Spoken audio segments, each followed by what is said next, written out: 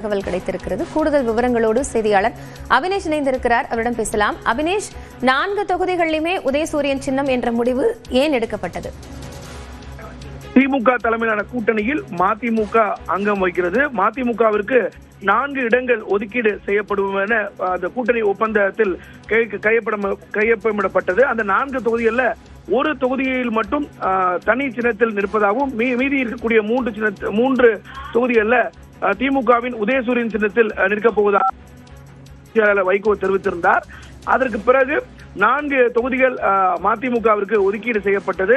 குறிப்பாக பாளையங்கோட்டை, மொடக்குறிச்சி, மதுரை தெற்கு மற்றும் சீர்காழி தனி ஆகிய 4 தொகுதிகள் ஒதுக்கீடு செய்யப்பட்டது. இதில் பாளையங்கோட்டை, மதுரை தெற்கு, அதே போல மொடக்குறிச்சி ஆகிய 3 தொகுதிகளிலும் உதயசூரியன் சின்னத்திலும், அதே போல சீர்காழி தனி தொகுதியில தனி சின்னத்தில் போட்டியிடுவதாக அறிவித்திருந்தார். இந்த நிலையில மதிமுக தற்போது 4 தொகுதிகளிலும் திமுகவின் உதய சின்னத்தில் போட்டியிடப் போவதாக அறிவித்திருக்கிறாங்க.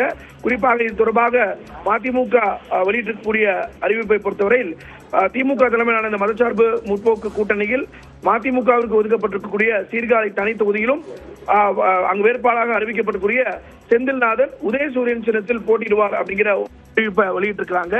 குறிப்பாக இந்த 4 இடங்களும் 4 இடத்திலையும் மதிமுகவுடைய வேட்பாளர்கள் உதயசூரியன் சின்னத்துல போட்டிடுறாங்க. நீங்க குறிப்பிட்டு கேட்டது போல ஏன் அந்த முடிவை மாத்திருக்காங்க அப்படின்னா, அந்த தொகுதியை பொறுத்தவரை சின்னம் அப்படிங்கிறது ஒரு மிக முக்கியமான ரோல் பிளே பண்ணுது.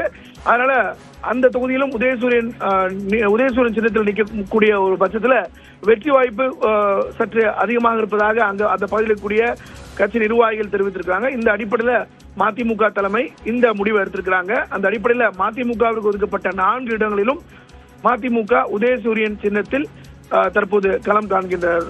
காயத்ரி, நன்றி அபினேஷ் விவரங்களுக்காக.